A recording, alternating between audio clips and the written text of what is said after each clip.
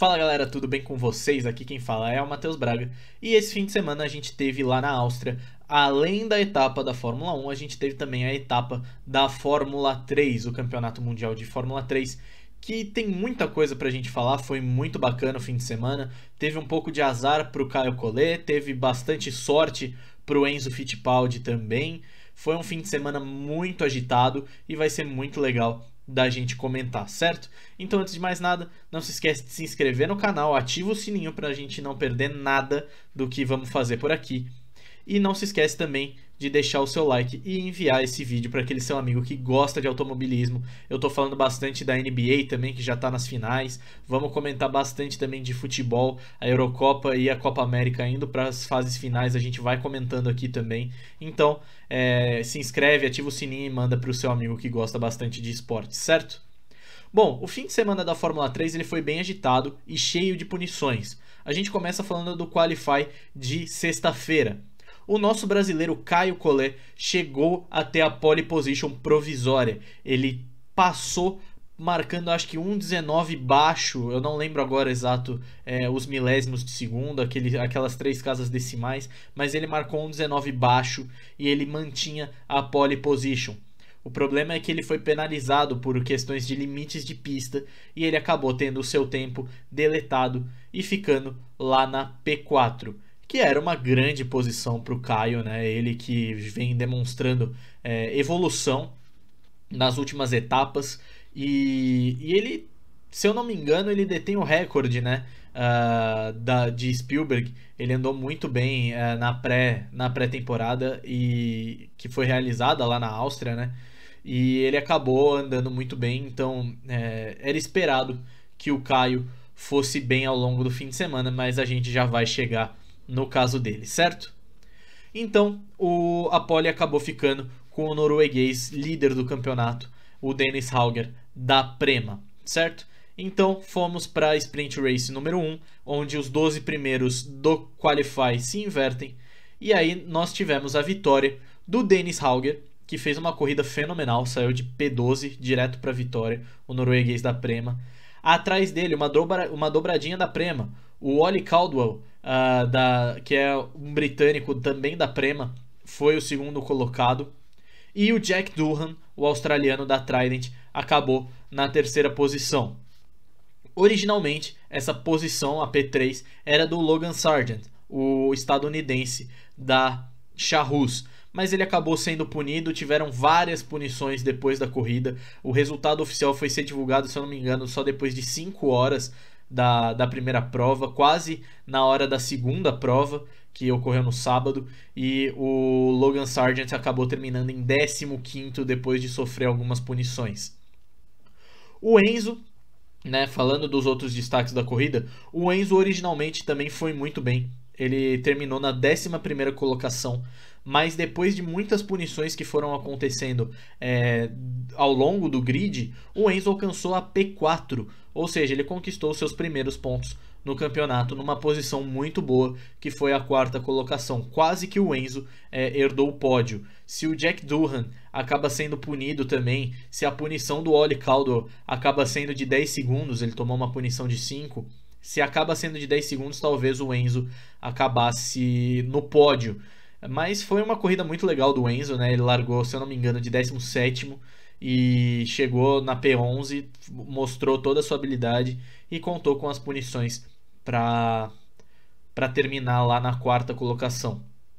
O Caio terminou em P6, mas ele foi punido também com 10 segundos dos limites de pista e acabou caindo para 17º. O companheiro dele, o Vitor Martins, ele foi o dono original da P4, da posição do Enzo.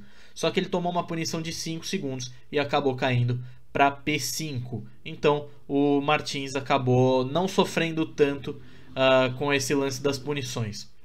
O Arthur Leclerc ele teve problemas e precisou abandonar a prova. Ele ficou muito tempo parado no pit stop porque o DRS dele, a asa móvel traseira, acabou ficando aberta quando ela emperrou aberta, né, quando não pode, e ele teve que ir para o box para que ela fosse fechada, e aí ele perdeu muito tempo e a equipe achou melhor retirar o carro do Monegasco da prova, e o Ayumu Iwasa, o japonês, se eu não me engano, da Hightech, ele precisou, ele precisou também, ele chegou na P10, na verdade, ele estava pontuando, só que ele tomou tanta punição de limite de pista que a direção de prova desclassificou ele. Ele foi desqualificado da Sprint Race número 1 e acabaria largando lá em 30º na etapa seguinte, na número 2.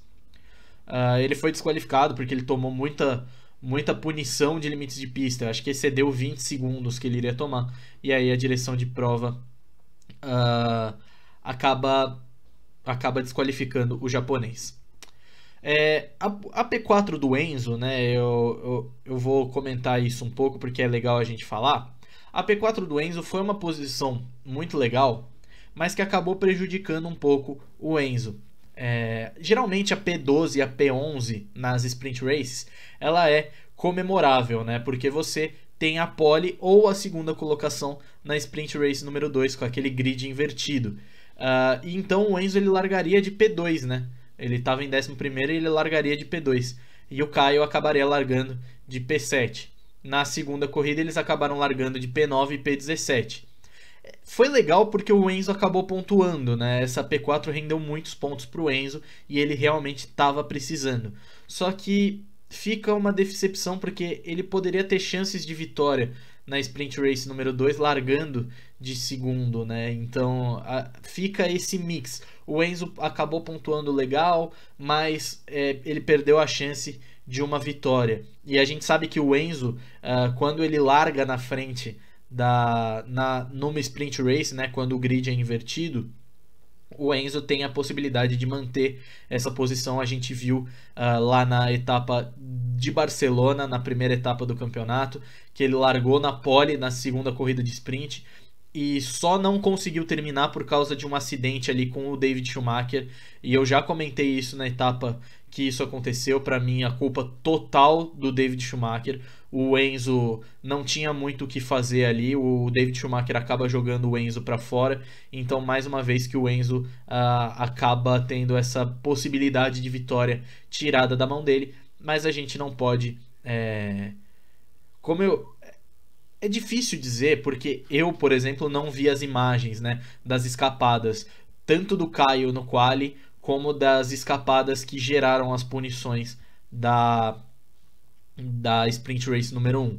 O que vale dizer é que dá para confiar no trabalho dos comissários, mas durante o fim de semana inteiro, não só na Fórmula 3, mas também na Fórmula 1, eu não sei se eles foram muito rigorosos com questões de limites de pista, ou se havia algum problema no balanço dos carros, ou se os pilotos mesmos estavam exagerando, porque tiveram muitas punições na Fórmula 3, a gente viu muitas punições na Fórmula 1 também, a gente comenta isso na nossa live, mas eu não sei dizer se os comissários eles estavam muito rigorosos ou se os caras estavam exagerando mesmo. O fato é que eu acho que eles tomaram as atitudes corretas. Se extrapolou limites de pista, tem que ser punido mesmo.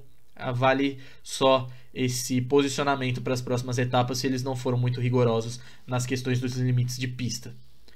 Passando para a nossa Sprint Race número 2, vale dizer aqui que foi a corrida do azar dos brasileiros, né? Ela teve a vitória do David Schumacher, o filho do Ralf. O alemão da Trident acabou vencendo, ele que largou na pole reversa, né? Ele terminou em 12º na primeira corrida de sprint. A P2 foi do Frederic West, dinamarquês da ART, e o Dennis Hauger acabou chegando na P3, saindo de P12, ou seja, mais uma corrida fantástica do Dennis Hauger, que se isola cada vez mais na liderança do campeonato e parece que vai ser o campeão. A gente vai chegando na metade do campeonato. A próxima etapa, a quarta etapa, vai ser a metade do campeonato mundial de Fórmula 3 e o Dennis Hauger parece estar pintando aí como o campeão. Outros destaques dessa corrida: o Enzo e o Caio eles estavam bem em P8 e P9 respectivamente, e eles acabaram se tocando duas vezes, né, e acabaram perdendo muitas posições. O Enzo acabou recuperando a P8, mas o Collet acabou na 11ª posição e foi jogado para a 16ª depois de receber 5 segundos de punição. Os comissários acabaram achando que o toque dele com o Enzo acabou sendo evitável, então acabaram punindo o Caio Collet. O Vitor Martins, ele quebrou na penúltima volta o francês que estava na disputa do campeonato. Ele estava na segunda colocação, ele estava deixando o rival dele fora do pódio e ele estava ganhando pontos em cima do rival dele, e ele acabou quebrando antes de terminar a corrida, faltando 2 voltas para o final. O motor dele deu uma pifada ali e ele acabou ficando fora dos pontos, e o Dennis Hauger acabou indo lá para a terceira colocação. O destaque dessa corrida é o Arthur Leclerc. Lembra que eu falei que o Arthur Leclerc teve problema na primeira corrida com o DRS dele e ele acabou não completando? Ele largou de 27º e ele terminou em 6º. Foram 21 posições que ele ganhou ao longo da corrida. Foi o melhor desempenho em questão de posições ganhas do final de semana. E eu já vou explicar porque a questão de posições ganhas, tá? E no final, o companheiro de equipe dele também, o Oli Caldwell, acabou em P9. Então foram essas as posições ali na Sprint Race 2. Na Feature Race, na corrida que rolou no domingo, o Caio teve azar, mas a gente viu o talento dele. O Caio perdeu a chance de brigar pela vitória e eu acredito que ele poderia ter vencido essa corrida. O vencedor acabou sendo o Frederic West, o dinamarquês da RT. A P2 ficou para o Dennis Hauger, também ter 3 pódios na mesma etapa, se isolou de vez na liderança do campeonato mundial. A P3 ficou com o Oli Caldwell, também da Prema. O Smoller acabou ficando em P4, o Enzo em P16, o Leclerc ele precisou abandonar depois de um acidente que ele teve com o Vitor Martins e com o Clement Novalak. O Novalak também acabou abandonando e o Martins também acabou abandonando voltas depois. Vamos falar da corrida do Caio, porque a gente tem que comentar dessa corrida que foi bem específica. O Caio ele largava de P4, a posição que ele estava lá na qualificação. Só que na hora da largada o motor dele deu uma engasgada, ele falhou. E essa falha, né, essa engasgada que o motor dele deu, jogou ele para último, para 30ª colocação.